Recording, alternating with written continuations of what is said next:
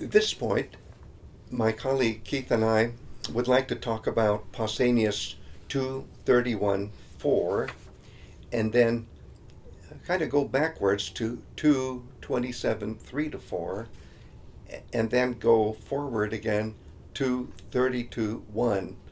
If you look these up in the hour 20 part of the book, Ancient Greek Hero book, it's hour 20 texts F, G, and H. And let me start, dear colleague, with text F. Maybe we spend the least amount of time with this one. But I like the way Pausanias says, well, here's a myth that explains why the local worshippers do such and such a ritual. But then he says, or again, there might be some other explanation. And I like his intellectual independence. He's trying to connect the dots about myths, rituals, and the names that are floating around with reference to these myths and rituals. But here, when it comes to Artemis of the wolves, he's willing to step back. And this is not a case, it looks like, of him being vague in order to protect a secret and an initiation. But he's giving his best shot. And sometimes the shots can only go so far. But then when we go to the next text, and as I indicated earlier, we're going backwards in our readings to an earlier point in what Pausanias is saying. When he's describing here in our 20 text G, the enclosure, the peribolos, and the various slabs, and what the inscriptions on the slabs say, suddenly we realize again that what he's doing is taking every piece of evidence about the myths and about the rituals, as even attested in inscriptions, and then trying to tie them all together. And I think in this case, what maybe is the most interesting part is that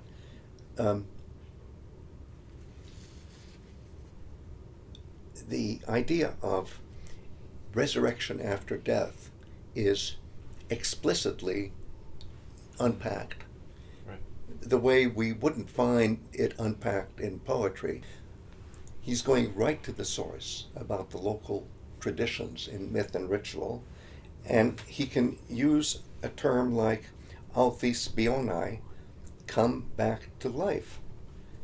And that's what happens to Hippolytus, who brings him back to life. We'll talk about that in other contexts, but it's Asklepios himself, who is the god / hero, who is primarily the model for understanding what it is for a hero to come back to life after death in the context of hero cult, and not necessarily in the context of hero myths, which may censor the part about resurrection. But the resurrection word is right here, Authis biōnai, come back to life after death. And you mentioned in another context, I guess when we were discussing another passage, that Pausanias was not reading Euripides. And that's clear here. We see that Hippolytus decides not to forgive his father Theseus, whereas in the play he forgives him. But here he keeps his grudge, so to speak.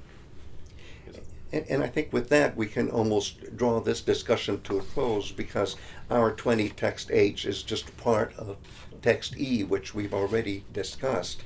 But maybe one final word about this is that, again, looping back to what you said about Aristotle's Poetics and about the ritual dimension of the word drama itself, drama for us in English, is right there in that one ritual act where a girl who is initiated will cut off a lock of her hair and dedicate it to this hero and the female hero who is associated with the male hero.